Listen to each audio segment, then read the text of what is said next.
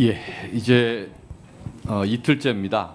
저희가 인사청문회 하는 목적은 이재명 정부 일기 내각, 그 중에 이제 총리 이 후보자 인사청문회 과정을 통해서 국정 운영의 방향이 무엇이냐, 그리고 국정 운영 능력이 있느냐, 구체적으로 어떤 역량이 필요한 거냐, 주요 국정 과제에 대한 철학이 뭐냐, 이 부분에 대해서 둘째 날은 좀 집중했으면 좋겠습니다. 저희도 이에 대해서 국민들이 관심사를 생각하고, 어제 저는 그 첫 번째 국정 과제 내지는 원칙, 내란 종식, 내란에 대한 잔재를 완전히 정리하는 원칙이 일관되게 관철된다, 이 말씀을 좀 드렸고, 두 번째는 지금 제2의 IMF라고 표현되는 그런 상황, 경제가 매우 어렵다. 지난 3년 윤석열 정부의 경제 실정, 그 문제 제기를 했었고, 그에 대한 경제 기조로서 감세 정책에 대한 문제, 그다음 적극적 재정 정책에 대한 필요성, 가계부채에 대한 고민들이 필요하다, 이런 이야기들을 어제 말씀을 드렸습니다. 오늘 또 이제 각 의제별로 쭉 이야기를 해야 되는데, 오늘 저도 언론에서 여러 가지 사설들 쓰시는 것 또는 글들 쓰시는 걸 좀 봤습니다. 근데 이제 많은 지적들 중에서 이제 개인사 공방이 좀 과도하다, 이런 지적도 있고, 그리고 저도 정치인으로서 이제 그 가족들에 대한 여러 가지 소외가 좀 있습니다. 되게 미안함도 있고 여러 가지 어려움도 있는데, 그렇다고 해서 그 국회에서 또는 청문위원이 그걸 검증하는 것 자체가 잘못됐다, 그렇게 보지는 않습니다. 검증은 검증도 해야 되는데, 그게 어느 선을 지키고 갈 거냐, 그리고 그 속에서 어느 정도 국민들의 눈높이에서 해명이 될 거냐의 문제라고 봅니다.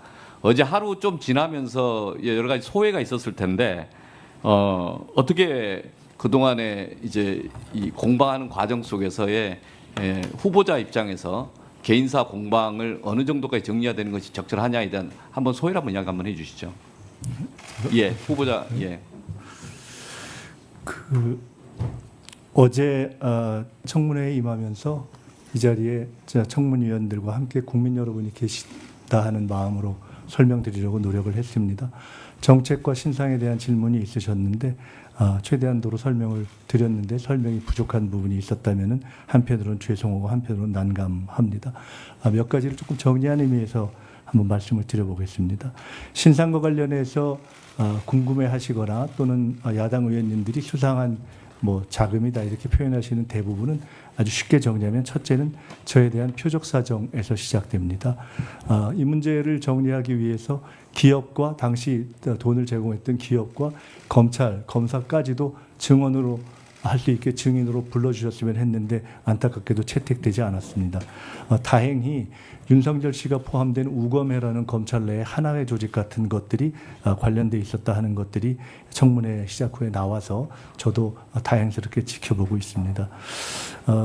제 지난 한 20년간의 각종 수입은 다 그 표적 사정에서 시작된 추징, 그리고 추징과 연관된 중과산증여세, 그리고 또 이것을 갚기 위한 사적 채무, 세 가지를 갚는 데 쓰여졌습니다.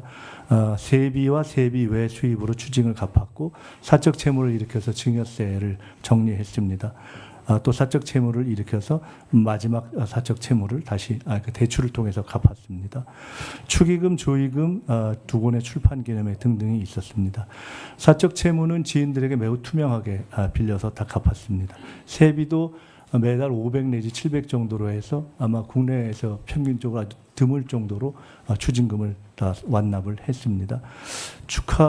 출판기념회와 축의금, 조의금 등은 평균 출판기념회는 권당 5만 원 정도의 축하금을 받았던 것으로 생각이 되기 때문에 국민 여러분들 일반의 눈에서 봐서는 큰 돈이지만은 평균으로 봐서는 그다지 과하지는 않을 수도 있다, 이렇게 생각됩니다.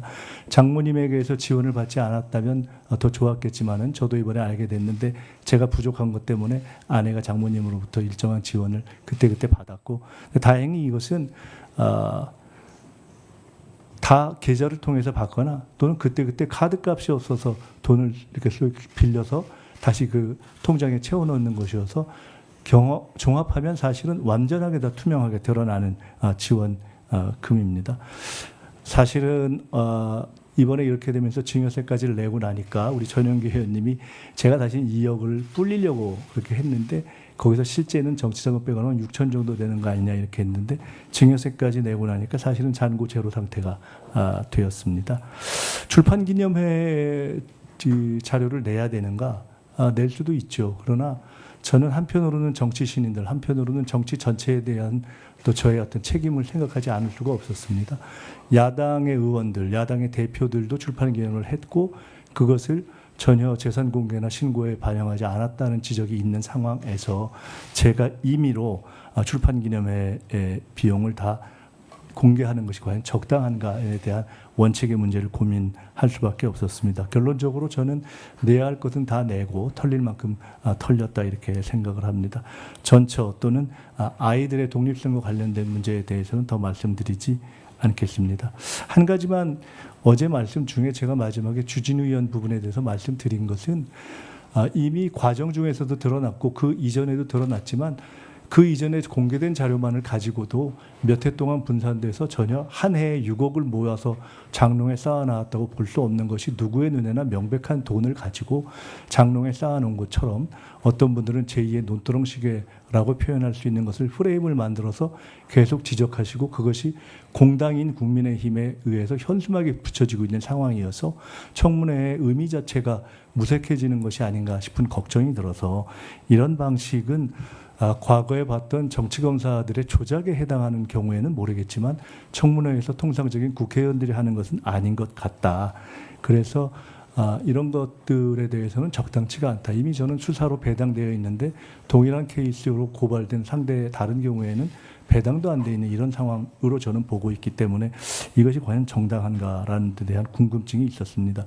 무한 입증을 요구받는 부분에 대해서는 무한 입증을 하겠으나 적어도 소명된 부분에 대해서는 인정이 필요하고 그리고 명백하게 의도를 가지고 아닌 프레임을 가지고 하는 저는 어제는 죄송하게도 조작질이라는 표현밖에 쓸 수가 없었는데 아직까지는 더 이상의 표현을 발견하지 못했습니다.